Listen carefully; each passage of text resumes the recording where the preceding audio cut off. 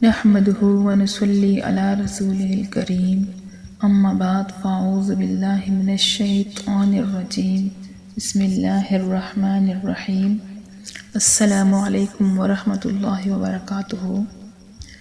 آج کا ہمارا عنوان ہے درود شریف پڑھنے کی فضیلت۔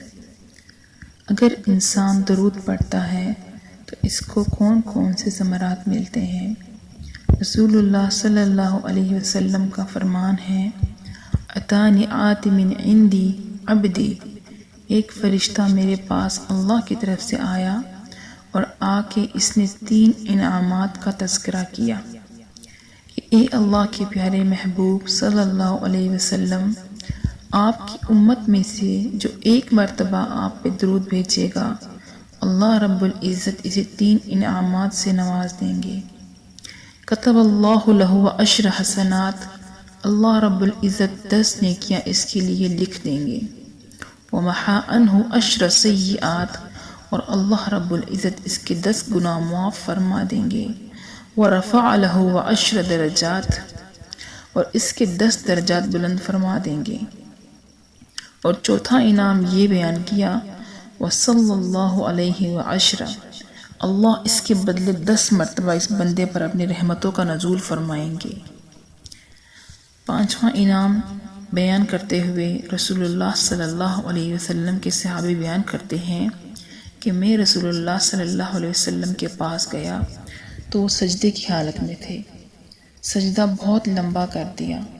جو ہی آپ سجدے سے اٹھے، میں نے سوال کیا کہ یا رسول اللہ صلی اللہ علیہ وسلم، آج آپ نے کتنا سجدہ لمبا کیا؟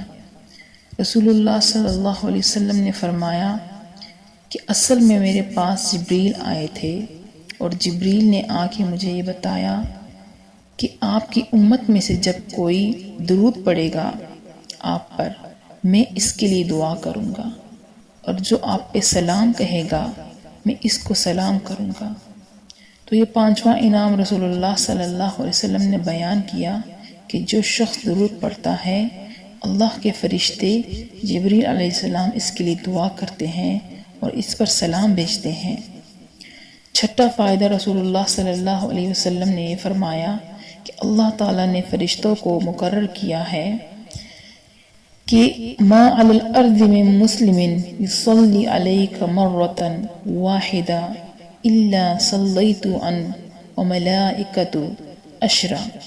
اللہ تعالیٰ کے نورانی فرشتے اس کام کے لیے مقرر کیے گئے ہیں کہ جو شخص بھی درود پڑھتا ہے، جو شخص بھی رسول اللہ صلی اللہ علیہ وسلم کے سکھائے ہوئے طریقے کے مطابق سلام کہتا ہے، اللہ کے نورانی فرشتے اس بندے کے نام کے ساتھ یہ درود رسول اللہ صلی اللہ علیہ وسلم کو پہنچا دیتے ہیں، اور اللہ رب العزت بھی اس بندے کا تذکرہ اپنے فرشتوں کے سامنے کرتے ہیں۔